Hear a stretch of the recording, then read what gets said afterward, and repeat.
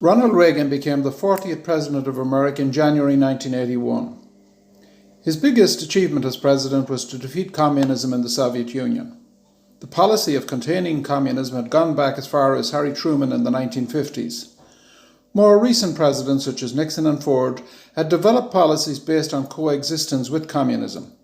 The idea here was that both superpowers would have their own separate spheres of influence around the world. However, Reagan rejected the existence or idea of communism. He realized that it was based on atheism, mass murder and theft, and believed that it should be defeated. Small business people had been murdered in both the Soviet Union and China and had their property stolen in order to bring this system into operation. Its continued survival was also based on a denial of human rights. The Berlin Wall in Germany made that city a kind of open-air prison and showed that communism was still based on fear and force. Reagan saw no need to cooperate or coexist with such a system. He believed his duty as president was to defeat it, and he made that objective his main priority. Just to take a brief look at his personal life and background. Ronald Reagan was born in Tamaqua in the state of Illinois on the 6th of February 1911. He's from a relatively poor family, so he paid his way through college by working as a swimming coach and lifeguard during the summer vacations. He graduated from Eureka College in 1932, where he studied economics and business. His first job was working as a sports commentator on radio. However, he got a major break in his mid-20s by Warner Brothers when he auditioned to make films, and he became a star overnight. Over the next couple of decades, he made about 50 films. In 1940, he married Jane Weiner, and they had 4 children, but divorced 9 years later in 1949. 3 years later, Reagan married Nancy Davis. They had just 1 child. After the war, Hollywood was hit by the communist scare during the McCarthyite era. People feared the infiltration of communists everywhere, and Reagan began to focus less on his acting career and more as leader of the Actors Union in Hollywood. By 1954, he also became the national TV presenter of General Electric and established himself as a household name promoting their products. 10 years later, in 1964, he was a strong supporter of Republican Barry Goldwater and made a brilliant speech, A Time of Choosing, at the 1964 Republican Convention. 2 years later, he became governor of California and retained that position through most of the Nixon era. Reagan developed a strong reputation as a leading Republican throughout the 1970s and won the presidential election in November 1980 against Jimmy Carter. Ronald Reagan believed in minimal government, even by Western standards. In his inaugural address, he said, "In the present crisis, government is not the solution to the problem. Government is the problem." As president, he wanted the United States to play a more assertive role in the world. Just to take a brief look at some of his major appointments. He appointed Alexander Haig Secretary of State. However, Haig became somewhat too dominant and tried to take over as acting president when Reagan was shot in the early months of his presidency. Later, Haig attempted to set foreign policy independent of the president. Reagan replaced him after 18 months with George Shultz, a more diplomatic character. Reagan also appointed Caspar Weinberger, Head of Defense, Secretary of Defense. He made James Baker Chief of Staff at the White House, so the president actually asserted his authority by appointing a strong team and outlined a more assertive approach to American foreign policy. Karl Marx, the founder of communism, once claimed that communism would leave capitalism on the scrap heap of history. In March 1982, speaking to the British House of Commons, Reagan made a similar claim about communism, saying that democracy would leave Marx-Leninism in the same place. A year later, speaking in March 1983 to a Christian group, he referred to the Soviet Union as an evil empire. Reagan was a politician of strong conviction and a great communicator. He aimed to challenge communism with a strong foreign and defence policy. He hoped to achieve this by an arms build-up at home and also strengthening US allies in Europe. Reagan believed the Soviets had broken the SALT II agreement, which they signed with Jimmy Carter.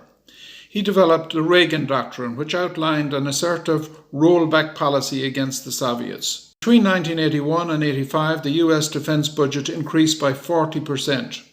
He revived the Lancer I program, which had been cancelled by Jimmy Carter. He deployed the Pershing neutral missile system in Germany, in Britain and in Italy in response to the Soviets' SS-20 defence program in Eastern Europe. Between 1981 and 85, the US spent an extra $1 trillion on new arms systems. The Reagan doctrine also involved supporting anti-communist governments and rebel groups throughout the world. This sometimes created allies and partners such as the Mujahideen in Afghanistan, who had little in common with the American democratic system. In 1983, the President revealed the Strategic Defense System. This was a high-tech super defense system designed to knock out incoming missiles launched at the United States. It was also intended to put further pressure on the Soviet Union. Some scientists were actually very doubtful about the project. They branded it as Star Wars, but the Soviets actually considered it a very serious threat. European leaders were also opposed to the project as they believed it would make American allies in Europe targets of a Soviet attack. Despite Reagan's tough talk, both the US and the Soviets were concerned about triggering an accidental nuclear war. Both countries were very vulnerable in such a scenario. Reagan actually wanted to get rid of all nuclear weapons. However, he hoped to negotiate from a position of strength and therefore insisted on a defense build-up. In 1985, Mikhail Gorbachev became leader of the Soviet Union. He understood that the Soviet system was in serious trouble. They had overstretched in both Eastern Europe and Afghanistan. Their economy was slow and inefficient, and they could not match the US as an economic and military power. Gorbachev actually met Reagan 4 times between 1985 and 89. Midway through, in December 1987, they signed the Nuclear Weapons Treaty. Both sides agreed to get rid of a whole range of nuclear weapons. This was the first time such an agreement was made. They also agreed to reduce the number of weapons in their nuclear stockpiles and put an inspection regime in place. Both sides actually got rid of over 2,500 weapons each, so it was an important treaty and brought about a new degree of trust between the two superpowers. The following year, 1988, Gorbachev tried to get agreement on the abolition of all nuclear weapons, but Reagan would not agree to abandon his Star Wars project, and the talks broke down on that issue. However, towards the end of the Reagan presidency, relationships between the superpowers had greatly improved. In June 1988, Reagan visited the Soviet Union for the last time. While in Red Square, Moscow, he was asked if he still thought the Soviet Union was an evil empire, to which he replied that that was another time, another era. In December 1988, Gorbachev announced the withdrawal of over 500,000 soldiers and 10,000 tanks from Eastern Europe. So towards the end of the Reagan presidency, the Soviet Union was actually beginning to crumble. Reagan also pursued a strong anti-communist strategy in Central America in regard to Nicaragua, El Salvador and Grenada. In October 1983, he ordered US forces to invade Grenada following the murder of Grenadian leader Maurice Bishop. Bishop had been killed by a more extreme communist group, and it was believed that the Soviet Union was probably behind the plot. The US also supported anti-communist forces in Nicaragua known as the Contras. However, Congress feared being drawn into another Vietnam-type situation and passed the Boland Amendment blocking further American aid. However, Oliver North of the National Security Council got involved in illegal activities whereby profits from arms sales to Iran were diverted to the Contras. This scandal emerged in Reagan's second term, and Reagan actually accepted responsibility that he approved the arms sales to Iran. However, it was never proved that he knew about the diversion of funds. Nonetheless, this issue actually damaged his reputation somewhat.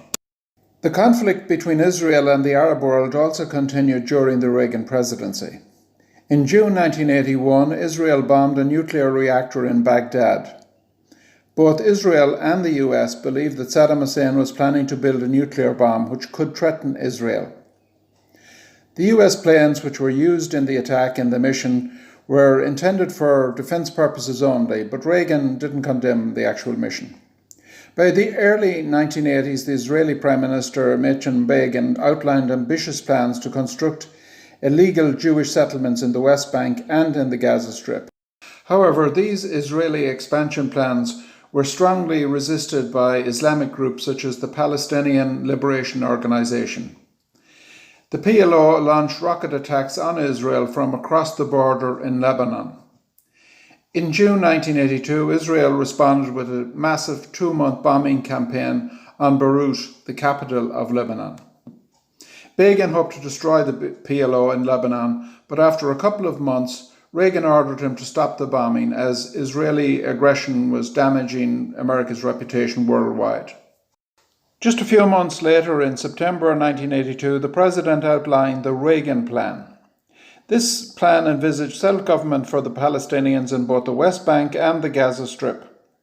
It also actually proposed that there would be no further expansion of Israeli settlements in the occupied territories. However, Israel rejected this plan and outlined its own ambitious plans for Jewish settlements in the occupied territories. This led to further Palestinian resistance and the emergence of another Islamic militant group known as Hezbollah.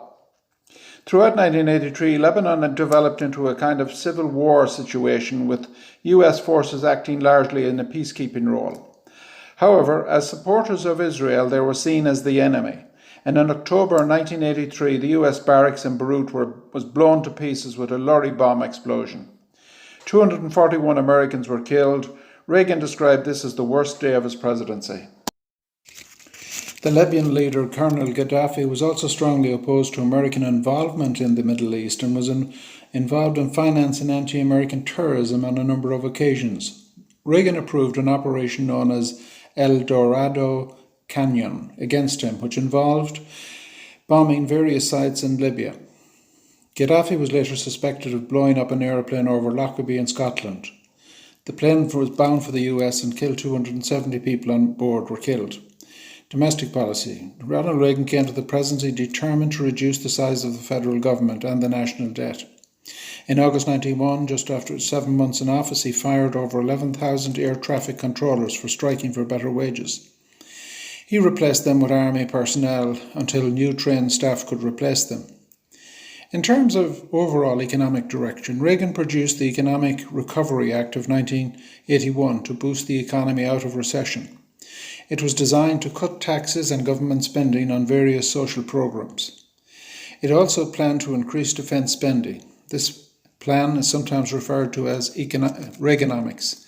It was partly successful. Reagan was quite successful at cutting taxes and boosting defence spending, but far less so at reducing overall government spending. Congress would not allow various proposed cuts to welfare programs, with the result that Reagan greatly increased the national debt as president. In fact, it almost tripled, from $738 billion to over $2 trillion. As a percentage of GNP, the debt also increased from 35% of GNP to 60% by 1989. This was the greatest failure of the Reagan presidency. On the positive side, unemployment decreased from 11 to 5.5%. Also, there was a lot of positive spin-off in the economy, especially in the high-tech sector, from the increased defence spending. Inflation had also halved to about 5 or 6%. There was also a feel-good factor all around, and Reagan was proved right on the big issues, such as the Cold War came to an end and the Soviet Union began to collapse. Ronald Reagan is considered to be one of America's greatest presidents. He died in 2004 in California at the age of 94.